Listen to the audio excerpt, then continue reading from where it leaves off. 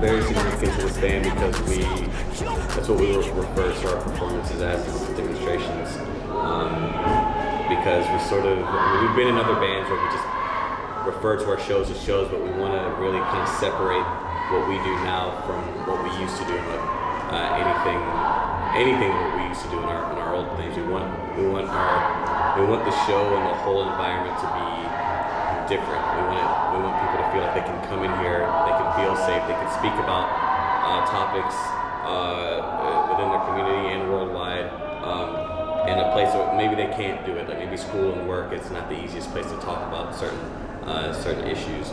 And even in our performance, we talk a lot about just sort of how we feel about certain things that are going on in the world. And we're the only band, you know, it's like we're the only band for a reason, you know, for a few reasons really, but one of those reasons is it allows us to connect to the people who come out and show our appreciation and talk about some of these issues if they feel like it, you know. So it's not just it isn't a regular show, you know. It's not just a performance. It's a demonstration. Perfect. That's good. So the next word is it's in Russian again, but it's kingdom. Kingdom. And in Russian it's Korolevstvo? Is that right? try one more time. Okay. That was polite of you. Korolevstvo?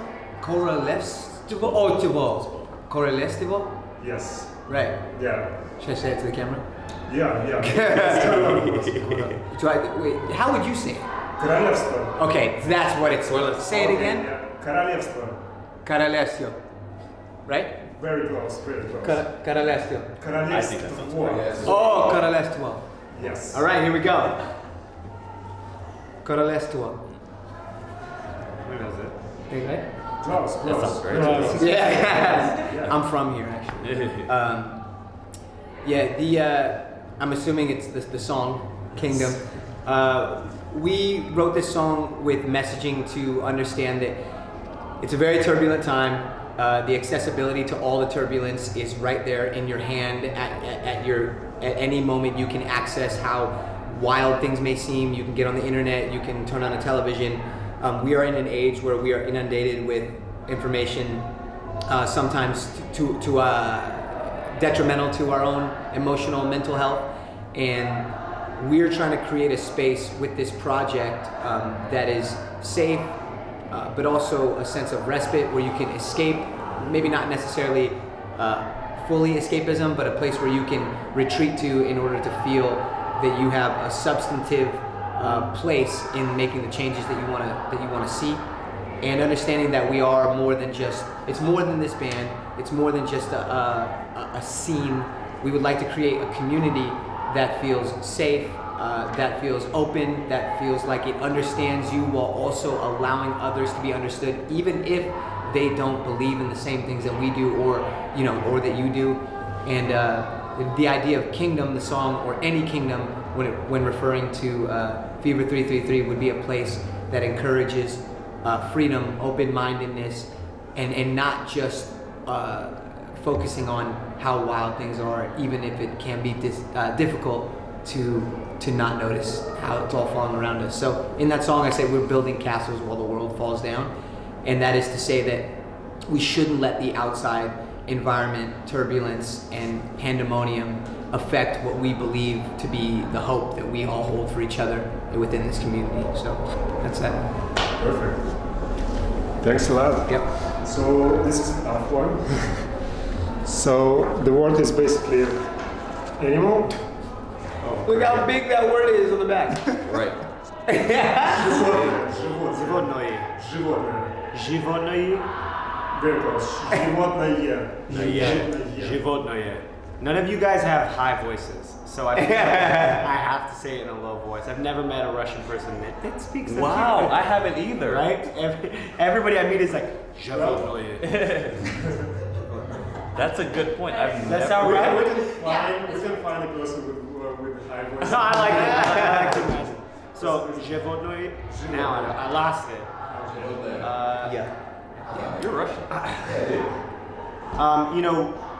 I didn't write that song, for the record, vocally. So even though Jason probably has a more specific answer to this, I feel like for us as a band when we play that song, it's usually at a time when we're trying to give some sort of display of freedom, and a lot of the lyrics in that song refer to how people can get when you try and keep them away from having that freedom. So a lot of talking about kind of like the reactionary lashing out and everything else that you can't really blame someone for feeling when you put them in these cornered positions. So I feel like we picked that word because when you treat people animalistic at times, you can't expect them to act any different. And at the same time, adding kind of my own personal meaning for that is that we like to feel as free as we can when we're on stage, especially given what Stephen was talking about with demonstrations, and kind of demonstrate that behavior live so that the audience feels free to do the same. But as far as the actual song, which I'm assuming you're referring to, it's more, at least from what I've understood, again, Jason wrote the lyrics, more just a sense of like, you know, how people can have to resort to that type of behavior in trying to react to somebody cornering you and treating you like you are less than you are. So yeah. That's good. Oh, that's Memphis will be laid to waste. This is majority, minority. Majority. And in Russian, yeah. And in Russian, it's меньшинство, большинство. Меньшинство, большинство. Wow, that was nice. Wow. Yeah. Natural Russian. They would never know that. They would never know you're not Russian. Except for the I look Russian. except for the register of your voice. Except for the registered voice would be nothing Yeah. else. So yeah, We'll just pitch shift this interview. yeah. So this is not the name of the song, but this is an important part of the song. Yeah, but these two words, what do they mean for you? Those two words are, well, in the song, it sort of refers to feeling like what people recognize as the minority, as far as not just like your ethnicity, but even just sort of things that you're dealing with. People with like mental illness and people with all sorts of just issues feel like they're in the minority as far as like the number of people dealing with certain things, when in reality there's so many more people than I think them or other people even realize. You're not a small number. You're not just one of a small number of people dealing with a certain amount of things, you know. So, and then the majority, I feel like, again, because I didn't write these lyrics, I don't know what he was saying. It's like you're really in the majority when you think about the strength in numbers. Really, it's like you're the majority as far as like living a life of any kind of like out of the norm, out of the box sort of way of life, like whether it's your sexuality, you know, anything, man, like your ethnicity. It's like it's easy to feel like you're one of just a few when like the issues you're dealing with aren't affecting maybe the people around you immediately. It's easy to get bummed out and feel like no one cares, no one really understands because it's just me and maybe a few people that I don't even know or see. But it's like in reality, man, it's like that's not the case. There's a community for everything and for everybody, you know, no matter what kind of like number of things you fall into, no matter how many categories you fall into, there's a large community out there for you. Oh, okay. But yeah, so I think that's what I take away from just those two words. Perfect. Yeah. You're probably great so far. Yeah. Learning Russian. So this word is basically innocence. Yeah. And in Russian it's невинность. Невинность. Невинность. Yes. Невинность. You show. Oh yeah, sorry. Невинность. Does that say in a sense? The word in a sense? Yeah, so a lot of what we've discussed, I'm not sure what the order is going to be on this yet, but what we've discussed and what they both laid out is that we actually all share a very, very large commonality in being beholden to structure. beholden to policy, beholden to systems, beholden to things that are benefiting not us. We are beholden to these things as a community, as a culture, in a lot of Western culture, and there's a hierarchical structure that feeds upward, but we forget to pay attention to the circle around us. And when we do things, sometimes we're doing them just because it's A, all we know, or B, it's the only thing that we see as the sort of first option as a means to an end. If we need something, if we behave in a certain way. And the idea of innocence to me is really relative. I believe that there are people doing things out there that other people wouldn't do, but I don't think it's because inherently or genetically they're designed as better or worse people. I think it's that they are succumbed to situations, environments, and scenarios that then ask them to do these things in order to survive. There's a sense of innocence that we forget that we are born with, that almost all of us, through science, we know, are born with this sense of innocence that does at some point can get skewed. Some of us are predisposed to perhaps going one way or the other as years go on and you develop developmentally and cognitively, emotionally, mentally, whatever. But ultimately the idea of innocence to me is very relative, and I think that once you apply empathy and trying to understand why people do what they do, something that may seem criminal or felonious or wrong will look a lot different if you just try to see it from this person's eyes in a lot of scenarios. And so the idea of innocence for me is something that I take with various lenses when I try to observe it, especially in the judicial and prison industrial complex in America specifically, which I know that a lot of people right now are also at war and trying to get grips on with their own demonstrations, their own efforts to change things that they want, not only community but nationally.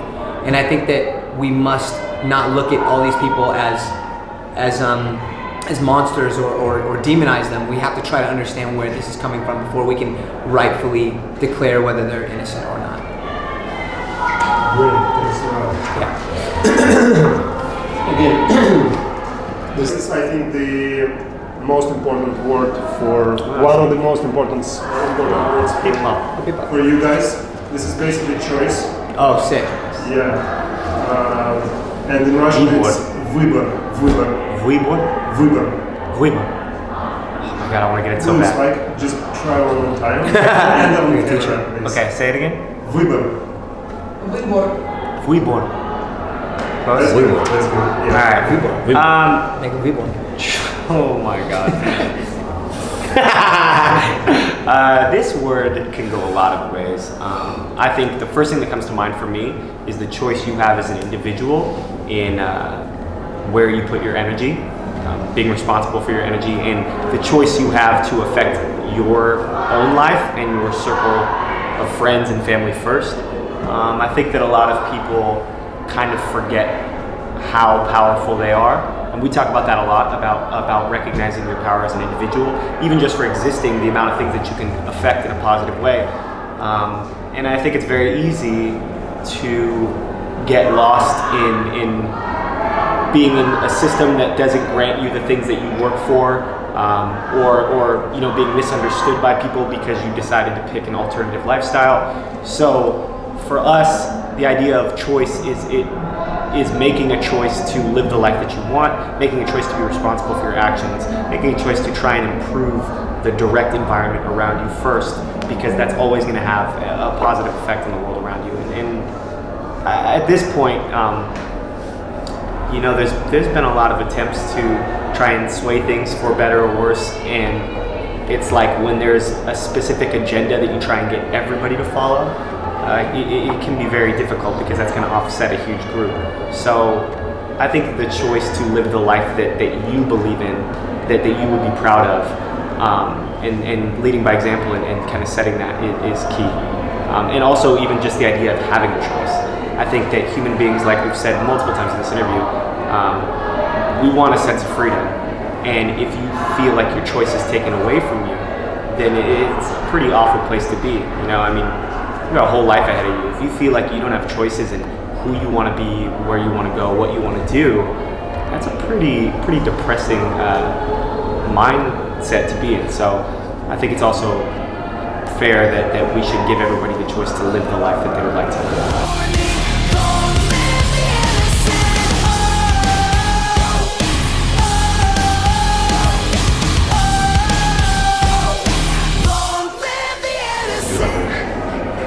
We can go more. Okay. Whatever. I'm Stephen Harrison. Jason Alan Butler. American Proto. And we've just learned some very, very special Russian words courtesy of GROMKO.